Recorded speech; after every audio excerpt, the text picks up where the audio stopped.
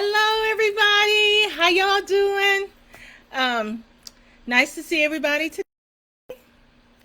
We are back for day 3 of our live, and if you're just now getting with us today, on Tuesday we did venues, and then on yesterday on Wednesday we talked about attire, your wedding attire, what you're going to wear as a bride or a groom, or your wedding party, and we talked about tips about that.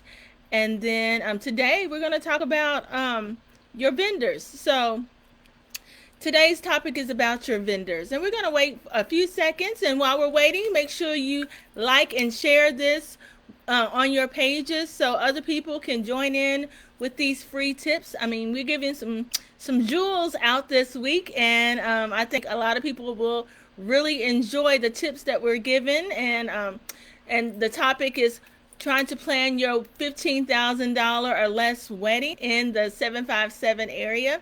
So have some other people to join in with you so they can get some of these free tips too.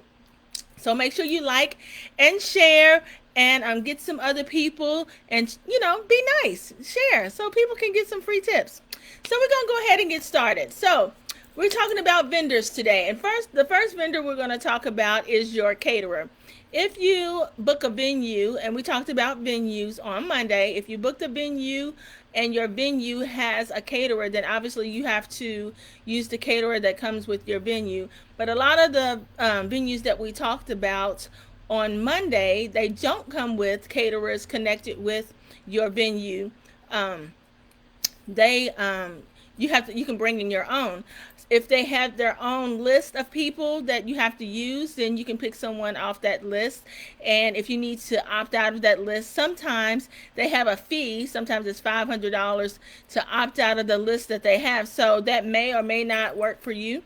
But if you're using one of the outdoor venues, if you book a caterer and you're booking a food truck, you need to make sure that food truck is licensed in the same city as your wedding, because it is not crossed the board with the state. They're not licensed with the whole state. They're only licensed in that particular city. So make sure when you book, you choose your food truck, that they are licensed in the city of your wedding. Make sure they know that, because it may, they may be able to get the license if you book them early, but it may charge you an extra fee.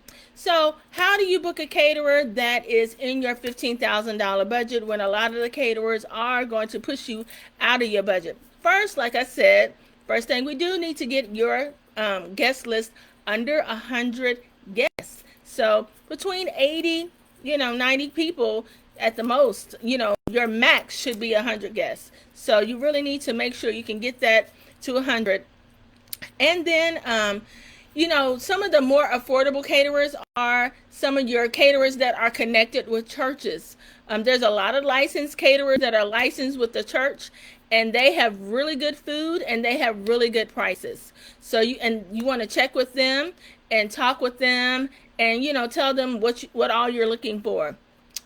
Also, some of the more affordable caterers is restaurants. Did you know, like Carrabba's and Olive Garden, they cater, and their prices are really, really great. They've participated in some of our bridal shows that we've hosted, and they have really good food. You know what their food tastes like, and they're used to doing stuff in bulk, so you know what their food is going to be at your wedding because you've already had it, your guests have already had it, and they have an expanded menu for weddings. They even offer bartenders and servers, so at an extra fee, but even with their extra fee, their prices are phenomenal. Also, some of the other restaurants, some of your regular nice restaurants, they also cater, and their catering fee is, a little bit less than your typical wedding caterer.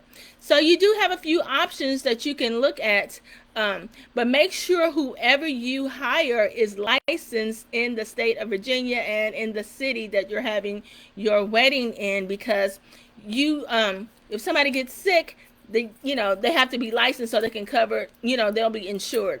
So a lot of these venues, even some of the inexpensive ones, you have to definitely have a licensed caterer, even if none of your other vendors are licensed. Okay, so let's move on to your photographer. How do you find a affordable photographer? Well, first of all, a good way to find an affordable photographer is when you go on Facebook or Instagram or TikTok and you see a particular photographer that you really like and love, go on there and their website and see how much their investment is. A lot of them have a tab on their website that tells you how much the investment is. And with a photographer, you need at least 6 hours on your wedding day for photography. So the 4 hour package that they may have or the 2 hour package is not going to work because you like, oh, well, they're only going to cover the ceremony and the first part of the reception. Well, actually, that's 3 hours because you got that hour of cocktail hour in the middle, and they need to be there a little bit before the ceremony to catch some things, and they need to be there at the reception to catch some other things. So you want to make sure that they capture everything. So you really need 6 hours plus of photography. So go on their website and you can check and see how much their investment is. Usually says investment, not prices or anything like that. It says investment. So you go on there and you look to see how much they are charging. There a lot of photographers are very upfront about their fees, so you can just see it right on their website. There's no guessing, no hem-humming about what it is, what you're going to get. They usually list it out there very nicely for you. And just because you think a photographer is out of your budget, they may have a package that works for you. I am very surprised sometimes when I go looking at new photographers that I hadn't worked with and see that their photography is cheaper than I assumed they would be. So don't assume that someone is out of your price range until you actually find out for yourself. Also, another way to get a great photography without, and save a little bit, and you really need to invest in good photography because those are your memories. But if you go and you find a student photographer at the college, you can hire them to be, at a great price that not only will they get credit for that for their classes, you get some really nice angles and they like to be creative and try new things. So if you want to take a risk on a student, you can really get a good price with a student. Also, you can go on some of those Facebook pages where, they have the vendors on there and you be like, hey, my budget is this, that, and therefore, and photographers will contact you or tag you in the comments and let you know that they are available for that date and they are available for the budget that you are in. So make sure you take advantage of those pages, especially for all of your vendors, but make sure that you vet them, make sure they are insured and they are licensed in Virginia. Just because they don't do it full time does not mean that they are not a professional photographer. There's a lot of photographers out there that do this as a side business and they are very professional and they do fabulous, fantastic work. Okay, also, let's move on to the cake. Well, a good way to find out how much a cake is going to cost for your wedding is how much is the fee to do the tasting. If the tasting is like $25, possibly in your budget. If the tasting is $75, maybe not. There may not be in your budget, okay? But it's still nice to do the tasting to see if you like it, get a quote. But just know that, you can kind of find out how much the cake is going to cost if they don't list it on their website. And some do list it on their websites by how much the tasting fee is. So that's a clue. So $25 or less, probably in your $15,000 budget, around $50 or more, $75, $100, $150 for a tasting, probably not in your budget. Okay, so you want to look at some other ones. Some other tips for finding a cake is actually like the photographers. A lot of your cake vendors have their pricing on their website. So you want to make sure you go on their website first before you start asking them, how much is it? How much is it? It might just already be there. The typical price for a wedding cake is between $6 to $10 per person per slice. So you're paying per slice. So it's going to cost you probably for 100 guests between $600 to $800 for your wedding cake. And the price goes up depending on whether or not You have fondants, some special decorations, some extra decorations to set up, some whether you have sugar flowers, all these things are extra fees. So the more complicated your cake is, the more expensive it's going to be. So you want to make sure you look at that. Also, I know a lot of people have this idea in their head that if they have a fake cake made, then they can serve sheet cakes, which is fine if they have rental fake cakes that you like. But if they have to go out and create a whole cake for you, then it's going to cost you that much more, or even more money, because they're creating two cakes, and then because they got to do the fake cake and then your side cakes. So that's not a savings for you. So that's really not if you got to have this wow factor cake. Some people have wow factor cakes that they have already created for like bridal shows, for postings, for Instagram posts, for whatever. For just show pieces to have in their studio. So, you may be able to do that. Maybe. But that's not always a savings. So people like to say that, but that is just kind of like on the gram, on TikTok, they say that. But a lot of times that is not a savings. So just think about that when you do that. Also, if you have some friends that are getting married at the same time as you, you possibly can get a fake cake made, and all of you all use the same one and have your cutting cake in the back for the caterers or your planner to cut for you at the reception. So that's another idea too. But y'all be in y'all have the same cake in your picture. Who cares? I mean, if you don't care, I don't care. I mean, whatever. But it is a savings. Also, another savings is if you don't really care about like your cake. I know a lot of people just want to have cake just to have wedding cake, because you got to have something.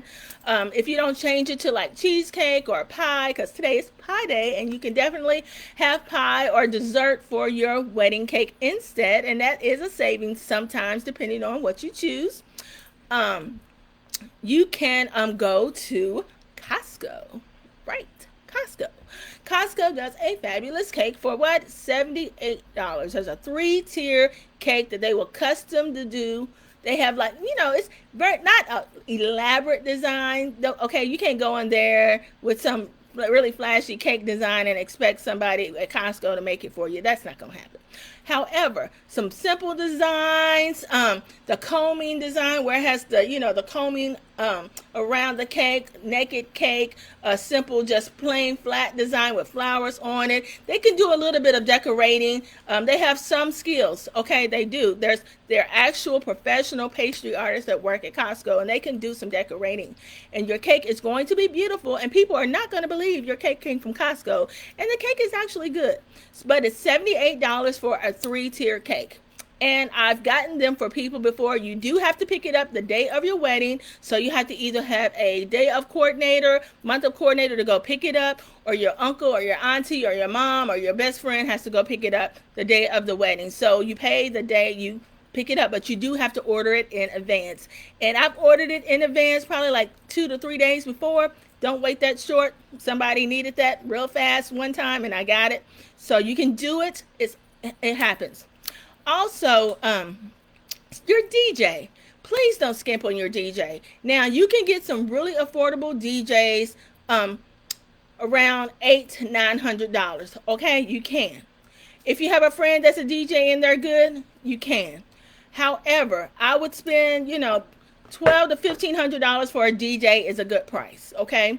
And the reason why I'm saying that you don't need to really skip on the DJ is because they are running your whole flow of your reception. And if your music sucks for your reception is going to be awful, okay? So you really need that to have a really good skilled DJ that can read the room and can play the music and, know when, when the older people leave, they can switch it to all the other stuff. Or if everybody wants to do this, or if your crowd is feeding off of this kind of music, they can do that.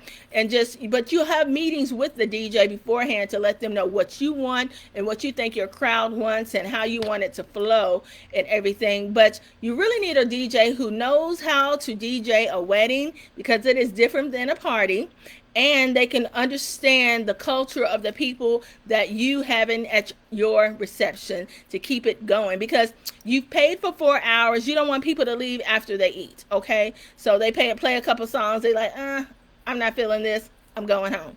And they will, because you know how we are. Okay, we like a 5 second type of people now. If we don't feel it, we are leaving. We're like, I'm out, thank you, had a good time, food was great, buy a selfie, I'm out. And then they're gone. So you don't want to spend all this money for these extra hours, and then it's just you and your bridesmaids and your groomsmen there, or your wedding party, whoever you have in your wedding party, just there until your time is up. Because that, I mean, it could be fun. It could be fun, but it could be funner if everybody else stayed and was having fun with you, because that's what you paid for. So just make sure you book a DJ that's going to work for you, and do spend the money for that. Like I said, with a photographer, you need quality photography, but you can get quality at a good price. But just make sure your DJ has experience in that. Also, I do recommend you get a day of coordinator. You can get one for $1,000, and that'll be worth your time in gold, because you're gonna be back there getting dressed, getting your hair done, getting your makeup done, all these things, and you need somebody running all this. You've worked really hard getting this wedding under $15,000, and so you really need to detox, enjoy, and take it all in. Enjoy all of your hard work that you did. So you need somebody to run that show for you. So make sure you hire someone with experience who knows how to organize things if things fall through the cracks. Because if you planned your own wedding, I'm just letting you know, if you planned your own wedding, there is going to be some problems, and you need somebody there who's going to be able to fix them on the fly. Okay, so you do need a professional who knows what they're doing. You saved on your wedding and you got this coordinator, but make sure they can fix things really fast, because you're going to have some problems. There's going to be some stuff that you forgot, and they can cover it up and make it seem like you didn't forget it. Like, oh, I didn't do anything. And you won't know, they won't know, and they probably won't tell you ever. And you'll be like, oh, I planned the perfect wedding. Well, maybe you didn't, but the coordinator covered it up and everything was fine and it was great. And so, just make sure you have those people in your pocket on the day of your wedding. Your decor. No, decor is tomorrow. We're not going to talk about that until tomorrow. So we'll talk about decor tomorrow. Your own story, and there's other ways to save in decor. But then, with all of these vendors that you're booking for your wedding, your clergy, sometimes you can get for free if you belong to a church. Usually you can get a clergy for $200-$300. There's are some more expensive ones, but you can get a lot of clergies here in Virginia, in the 757 area, and your officiant who's going to marry you. You can get them for $200-$300 if you're not a member of the church. And if you're a member of the church, if your pastor says, I'll do it for free, and that's because you are a faithful member, make sure you give them like a little $100, $200 tip, for thanking them, for showing up, for coming, for doing your rehearsal. It's a nice thing. And if you want to do a little donation to the church, you can. That would be a nice thing to do, with a card saying thank you for supporting our ceremony and our union. Here's $200. God bless you, and all the things if you have in your ceremony at the church, and they don't charge you a fee.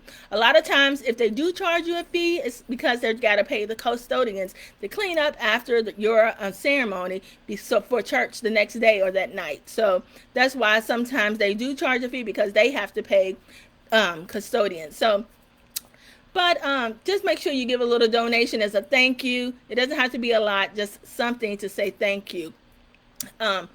Also, with your vendors, just keep an open mind. Don't get stressed out. There's thousands of vendors in each category in this area. Thousands, literally. There's 1,000 wedding planners in the Hampton Roads area. I know for facts. Okay, not all 1,000 are equal. Some are better than others, but you have to meet with them and determine who you want to choose, just like with your photographer and your caterer. Recommendations are great, but you also need to look for yourself, because sometimes you know how it is. Your friend tells you, oh, that food was delicious, and then you're like, girl, I don't know where your taste buds are, but that is horrible. So, you kind of sometimes have to find out for yourself. And so just make sure you do your due diligence, check people's websites, their Facebook, their Instagram, their TikTok, their reviews, see what people said about them. And then once you have that good feeling in your heart, because we all have that good, nice intuition, then you go with what you feel that's right for you. And it'll be great. Make sure you always fill out a contract. Make sure you have a contract for everyone that you book and you keep that on file. Make sure all the things that they said they're going to do for you is written in that contract that they promised you, so that you won't have any misunderstandings on down the line. That's very, very, very important, because I know a lot of times when people hire us for partial planning, when I go back and look through their contract, some of the details aren't in there. We have to get some revisions because, on that day of the wedding, sometimes they forget. Or sometimes you like, oh, you've talked to like 20 vendors in that category, and you think that you asked them for that, but it wasn't them. It was one other one that you didn't book. So just make sure you're on the same page. You sign your contracts, you keep those, you have your meetings with your vendors. Don't harass them all the time, asking them questions every day. I know you have your questions, you have your concerns, but make sure you call them and meet with them and schedule appointments with them. Don't expect to call them up and them to have an hour conversation on the fly. If you need an hour conversation, make sure you call them and set up a meeting with them, a meeting time where you can actually have a conversation and they're focused on you and not, you could be calling them and they just picked up their kid from school and they got this kid running around asking them for all kinds of crap while they're trying to talk serious with you and get you straight. That's not a good time for them. But if you get up and you'll get upset because they have to get off the phone. So make sure you do schedule meetings with them so they can give you that great opportunity, that time you need to get your questions answered. But if you have any other questions to ask me about wedding vendors, how to book them, how to save, feel free to leave your comment or questions in the comment section, and I'll be more than happy to answer those for you. If you need any recommendations for any vendors that will fit into your $15,000 or less budget, make sure you purchase one of our packages, the $39 one, where you can choose which one you want. Or if you want the whole package for all of the recommendations for this whole series, that's $99. We usually charge $250 for that, but this is a special for this particular viewing, so make sure you catch a hold of that so you don't have to chase down things. And it's a savings for you. It's a time savings and a money savings. So, and that all of these people that I recommend are vetted and I've personally worked with. So it wouldn't be no problem with anyone on the list. So I thank you for joining me for these 3 days, and I'll see you tomorrow for our last one. And we're talking about decor, the flash, the menage, the bling of it all. We love you. Make sure you like and share. Bye.